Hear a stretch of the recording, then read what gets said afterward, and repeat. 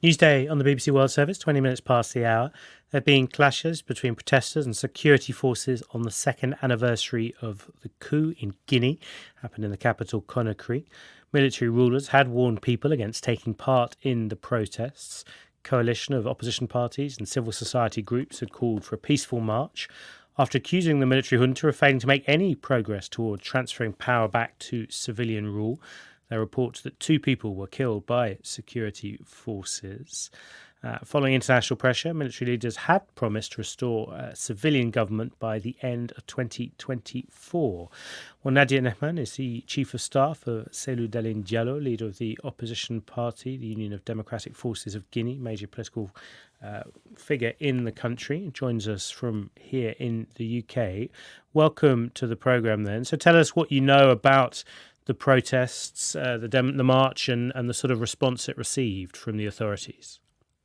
Thank you very much for having me. The Force Vives of Guinea, the Vital Forces, a committee of opposition groups, civil society organizations, and activists, had called for peaceful demonstrations for the second anniversary of the coup.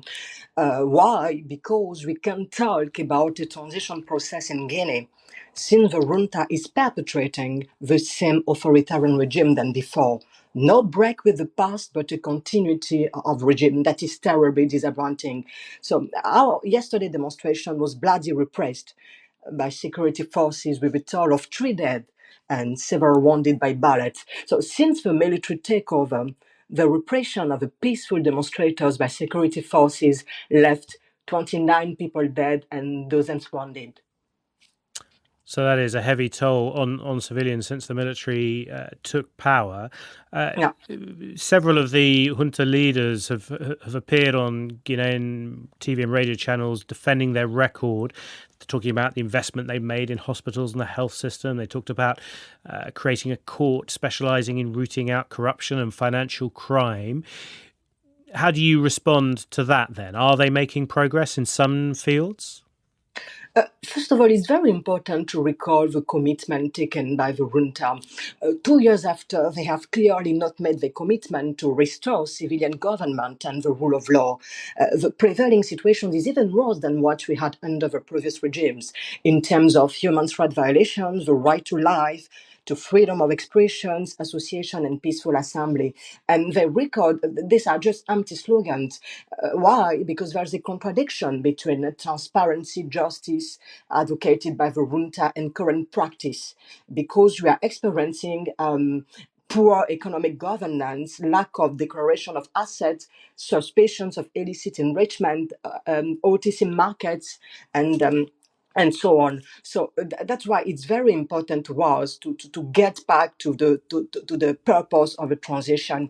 The purpose of a transition is to organize, return to constitutional order. And very sadly, absolutely nothing has been done toward the return to this constitutional order 2 years after the military takeover. There is as yet no constitution, no voters' roll, no electoral management body, not even a start in implementing the transition timetable of 24 months agreed with ECOWAS. So nothing that enables an environment for conducting free and fair elections that express the will of the people of Guinea. And holding elections in Guinea has always been a tricky and difficult affair. I wonder where you think pressure for that will come, because as we've been exploring, when people take to the streets, the authorities clamp down on them.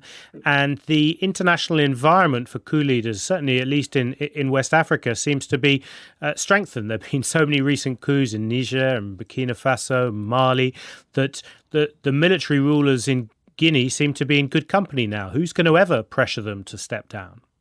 So the people of Guinea, first of all, this responsibility lies on the shoulder of the people of Guinea and as well as the international community, because it's not acceptable to let the military kill people.